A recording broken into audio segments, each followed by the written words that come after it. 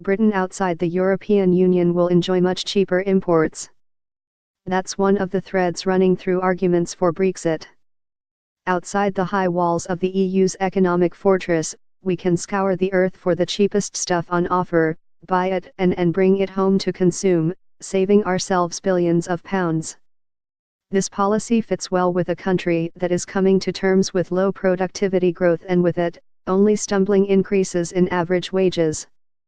Low productivity and low wage rises are with us until at least 2023, according to the Treasury's economic forecaster, the Office for Budget Responsibility, OBR, in a report accompanying the budget.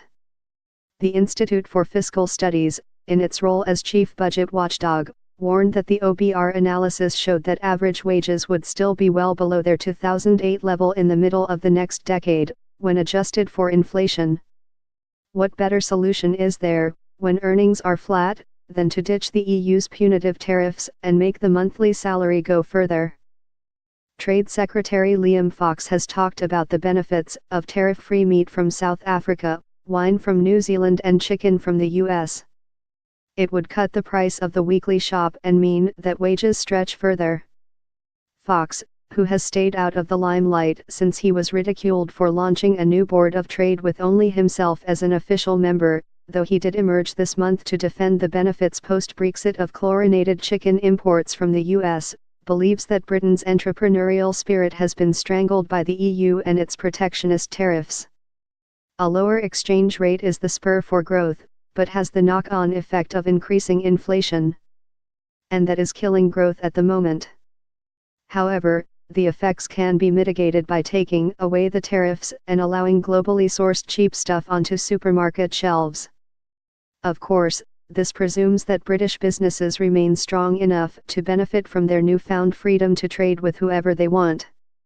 If Fox had listened to the Bank of England's chief economist Andy Haldane, he would know about the UK's reliance on a small proportion of highly productive companies and the long tail of largely unproductive zombie ones that tick along without making much money or paying their workers much in salary, pension, or other benefits.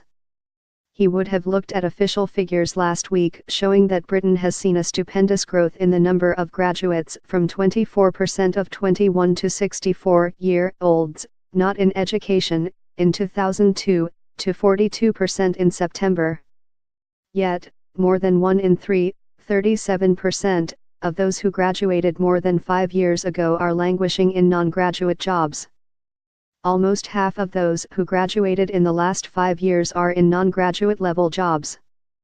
This is not only a waste of talent, skill, and potential, it means that Britain is far from ready to compete.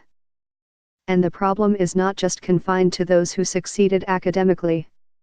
Teenagers looking for a route into the jobs market via apprenticeships have been turned away in their droves since the government brought in its new levy system.